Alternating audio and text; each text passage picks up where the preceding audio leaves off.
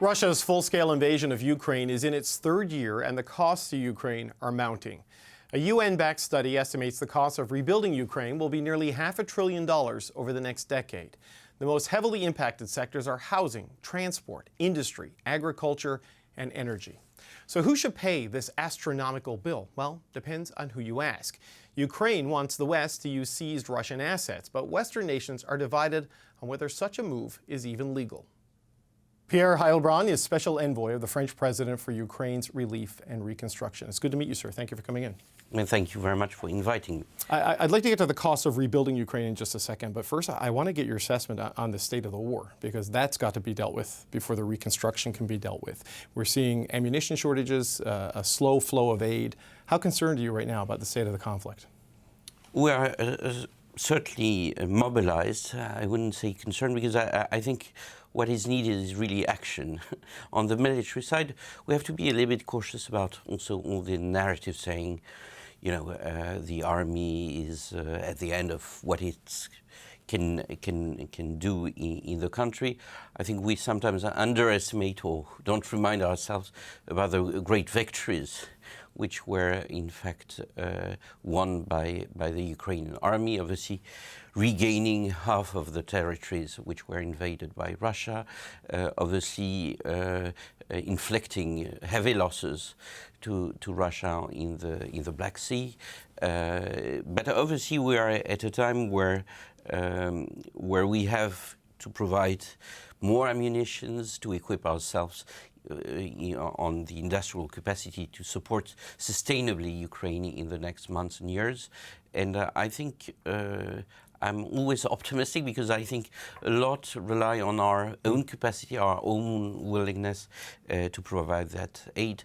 And that's the wake-up call, which was very much at the center of the conference President Macron organized 3 weeks ago in Paris. On the economic side, things are also, we have to look at the good news, which are linked to the extraordinary resilience of the Ukraine economy. 5% of growth in 2023, a stabilized currency, but also some huge achievements like the export of 22 million tons of grain in 2023. France is the first foreign employer in Ukraine, and our companies employ more than 30,000 Ukrainians in the country, still there, still growing, still very much operating in a very vibrant society. How challenging is it, while the war is still ongoing, and sort of the focus is on the need for military aid, at least in a broader conversation, how challenging is it to get financial support or investment commitments for that reconstruction and the rebuilding aspect of Ukraine's future while the conflict hasn't subsided? I think that's a very difficult question, and on top of the mind of many entrepreneurs and many financial institutions. The needs are enormous, as you know. They've been assessed in the latest World Bank report to $486 billion. The good news is that the increase of the need has more or less been more limited in the last month. Right. It was, after 1 year of conflict, it was $411 billion. So obviously that's good news. We have to focus on the short term first, and the same report says to $15 billion the needs for 2024. Part of it is already financed by the Ukrainian budget. Part of it will be financed by ourselves, the G7 and beyond, all donors. What is very important is first to focus on these urgent repair needs in 2024, because it allows more or less the Ukrainian economy to stay on its 2 feet. And this is basic infrastructure, basic shelter, school, exactly, all of that kind of stuff? Power infrastructure. Things Russia has been targeting, right? But we sometimes underestimate how much rebuilding has been achieved in the last 2 years after destruction. When I go there, I'm always very impressed. For example, in the north of Kiev, 38 bridges have been destroyed, 34 have been rebuilt, also thanks to our support. So we as France are very much focusing on that, providing the bridges, the rails, but also mechanical spare parts for power plants, so that the economy can continue to operate. Afterwards, there is also already work on the longer term plans, and there are a lot of cities which are working on their master plan, how they want to prioritize the investments over the next 2 or 3 years. And last, I would say reconstruction is not only about rebuilding as it was before. It is also dealing with the transformation of the Ukrainian society on its path to Europe, and also to deal with terrible mental health issues, which are also essential if more or less the labor force can be tapped in these reconstruction efforts in the next years.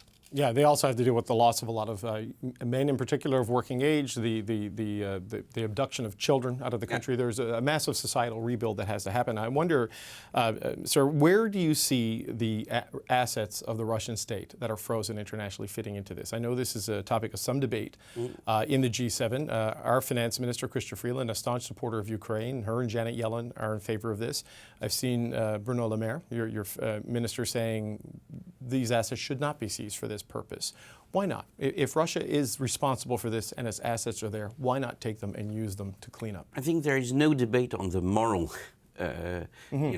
dimension of this debate. We've been always very much in favor of looking at all options which can finance more or less not only the immediate needs but the longer term reconstruction. We have been working in Brussels, by the way, and nearly found an agreement on using the revenues linked to these assets. This is a large amount of money, between 3 and 5 billion. Seizing the interest on the investments. Exactly, yeah. And that's between 3 and 5 billion euros every year. So it's more than all the assets, for example, which are in the US. So I think that's an important element.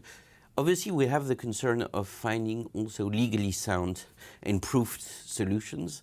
I've been very impressed by what you've done, for example, and Canada has done in seizing, for example, this plane I saw yesterday in Toronto. The Antonov. But still, it is there, and it doesn't bring revenues because there are a lot of legal hurdles to get more or less to the point where you can generate also dollars from these seizures to be used in support of Ukraine. So we're very much looking at practical solution linked to the interests of or revenues of these 200 or something like that, 200 billion euros, which are in Europe.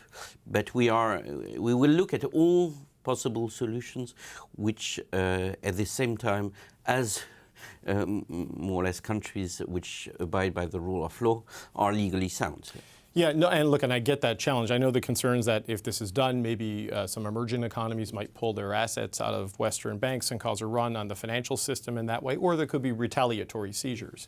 But I wonder, with what Russia has done, and destabilized so much of the world with this invasion, and with the urgent need there, and the inability, for example, of the United States to get a new aid package through, and the crying need there. This money is there. So, I mean, how do you balance those things? That's for sure that we have to look at these options and to assess them. At the same time, we have to be careful not to find easy or miraculously appearing solutions to avoid hard and difficult discussions about the real needs and also our capacity to provide grants, concessional loans now. Because I see also the focus on the seizure of assets, for example, as sometimes deflecting the political attention to from the decisions which have to be taken now about military production, military support through grants. So I think obviously these have to be looked at. It will not provide immediate solutions, and I think we should be frank about that. And the Canadian, by the way, experience is that some seizures have been done. They've been There's not enough here to matter. They've been frozen and not even seized, really, exactly. at this point. Yeah. There is a legal process which has to be explored. We are discussing that in the G7, but also the G7 is very clear that it will move together in any solutions which are there. And I think, given also our responsibility in supporting Ukraine, we have also to tackle the difficult decisions, which are, as Europe has tackled them in, for example, voting this 50 billion aid package in the European Council of the 1st of February. So the only multi-annual plan in support of Ukraine until 2027. So that's more or less the balance which have been has to be found in the next weeks. No, I take your point. It's one option, but it's not the only option, and that lying there should not excuse countries from acting in the interim. Pierre Heilbronn, Special Envoy of the French President for Ukraine's Relief and Reconstruction, we're out of time, but thank you so much for joining us today. Thank you very much.